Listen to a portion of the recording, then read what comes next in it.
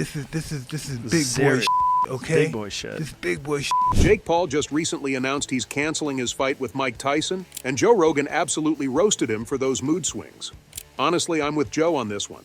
I mean, who wasn't dying to see Jake getting floored by Tyson in full beast mode? But nope, Jake decided to crush our dreams. And believe me, the excuses he gave are just totally unbelievable. A kindergarten kid could come up with better ones. But hey, don't worry. Mike Tyson's not going to let him off the hook that easily. This drama is far from over. I know, November 15th was marked on your calendar in red, circled, and probably had a few exclamation marks next to it. Heck, it was probably more anticipated than your upcoming wedding date or your anniversary. But then Jake Paul, the YouTube wonder turned wannabe boxer, decided to be the ultimate thorn in our collective rosebed. Enough with the sob story. Let's break it down. So Jake Paul, the guy who made a name for himself pranking people and doing outlandish stunts on YouTube, had the audacity to announce a fight with the legendary Mike Tyson. The internet exploded. You couldn't scroll for 5 seconds without seeing Jake's face plastered everywhere, hyping up this epic showdown. He was on every interview, every social media platform, promising the fight of the century.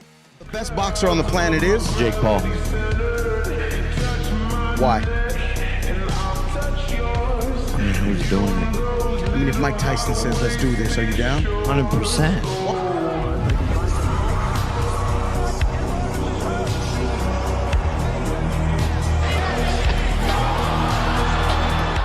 The promotional stuff was over-the-top flashy, and everyone, I mean everyone, was buzzing.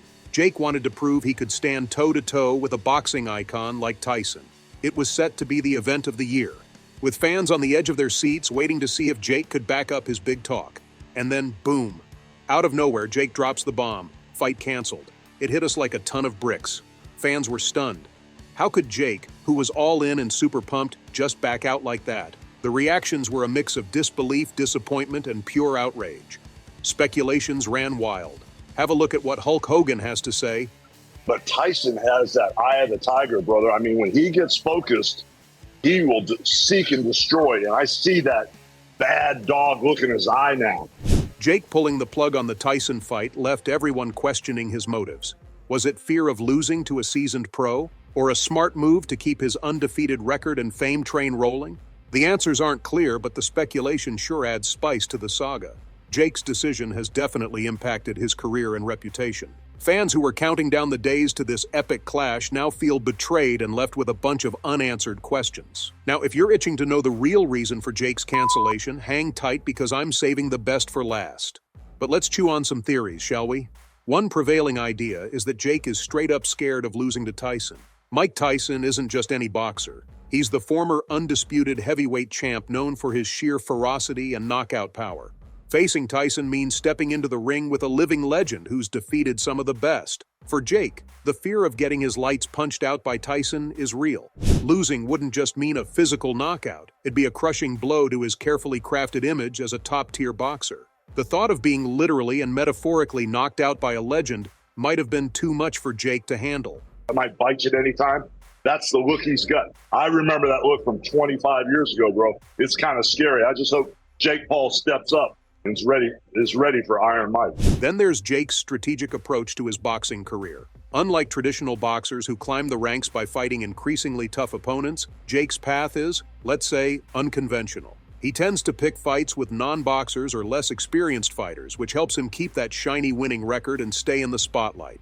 This strategy has worked wonders for him, turning him into a household name, not just for his boxing skills, but for his ability to entertain and draw crowds.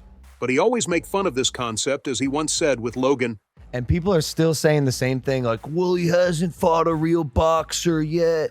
But in my head, I'm like, well, didn't you beat 2 boxers In a row in the first round with winning records? Yes. One was 17-2 and one was 10-1. And looking in the comments, they're like, he still hasn't fought a real boxer. It's like, what are you talking guys about? are idiots. But fighting Tyson? That would totally mess up his game plan. Tyson's a seasoned pro with a storied career, and going up against him would be a huge risk for Jake.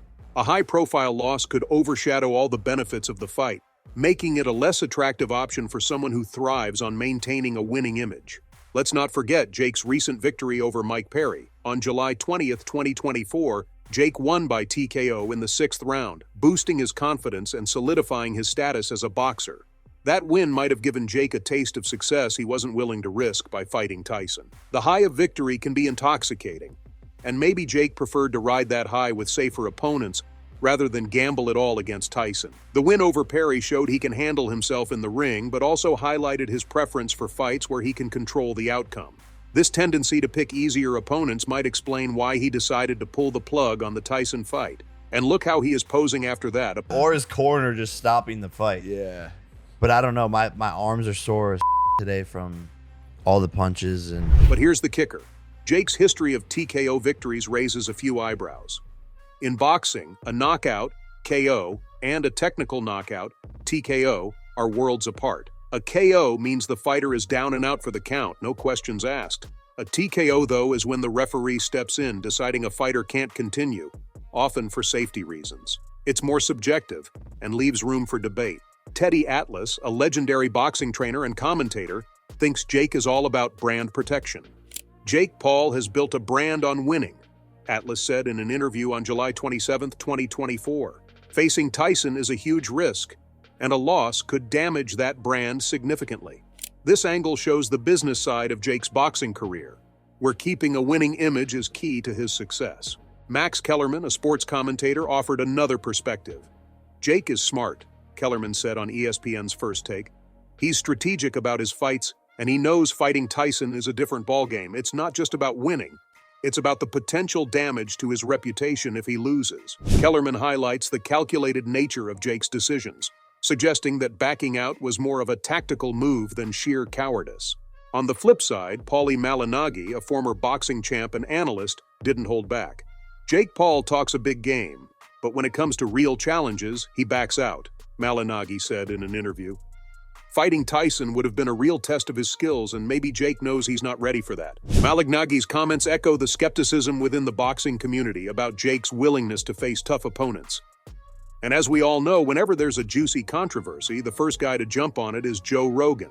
The man doesn't hesitate for a second, especially when it comes to something as sensational as Jake Paul canceling his fight with Mike Tyson. So he went all in on his podcast, The Joe Rogan Experience, and boy, did he hold back? Nope. Rogan's response was a no-holds-barred critique that left no stone unturned, and the episode blew up faster than Jake's excuses. Speaking of Mike Tyson, these people that think that he don't stand a chance against Jake Paul, they're like, this shouldn't even, like, because he's too old. I was like, I think you're crazy. During the podcast, Rogan didn't sugarcoat anything. He flat out accused Jake of being more interested in chasing the spotlight than in chasing genuine boxing glory. Jake Paul is all about the spotlight, Rogan declared. He's not in it for the love of the sport. He's in it for the fame, the clicks, and the money. Rogan made it clear that he thinks Jake's main motivation isn't to prove himself as a serious boxer, but to keep basking in the glow of celebrity status. He pointed out how Jake's career moves seemed more like strategic plays to stay in the public eye rather than genuine attempts to tackle real challenging fights. Rogan didn't stop there. He threw out a stern warning to Jake, reminding him of the broader consequences of his actions. If you're not serious about this, don't waste people's time and money, Rogan warned. These fights take a lot of planning, promotion, and money. Backing out like this affects everyone involved. Rogan's point hit hard, highlighting that Jake's decision wasn't just a personal cop-out, but a move that messed with promoters, sponsors, and fans who were all in on the fight. Jake Paul is juiced up, Rogan declared. You don't get that kind of muscle mass and performance boost without some chemical help. This accusation hit the boxing community like a haymaker. Steroids, or anabolic androgenic steroids, AAS, are synthetic versions of testosterone. Sure, they're used medically for things like delayed puberty and muscle-wasting diseases, but athletes? They've been misusing them to pump up their performance for ages. Steroids can give you bigger muscles, faster recovery, and superhuman endurance. I don't know what they're doing with him. I mean, he was supposed to be fighting... Rogan's claim that Jake Paul might be juicing brought all these issues back into the spotlight. If true, Jake's been cheating, gaining an unfair advantage over his opponents. This would be a massive blow to boxing's integrity, creating an uneven playing field where natural talent and hard work are overshadowed by chemical enhancement. Plus, it's a serious health risk for the athletes, with long-term consequences from steroid abuse. fucking honest, bro. Yeah. If I believe it, I'll say it. And let's not forget he tested positive. There was that whole... Yes. Rogan also called out trainers, managers, and promoters. There are people in Jake's camp who know what's going on, Rogan asserted. If he's using, they're either turning a blind eye or actively supporting it. It's a systemic problem that goes beyond just the athlete. This points to a larger issue within the sports ecosystem, where the desire for success can lead to ethical compromises at every level.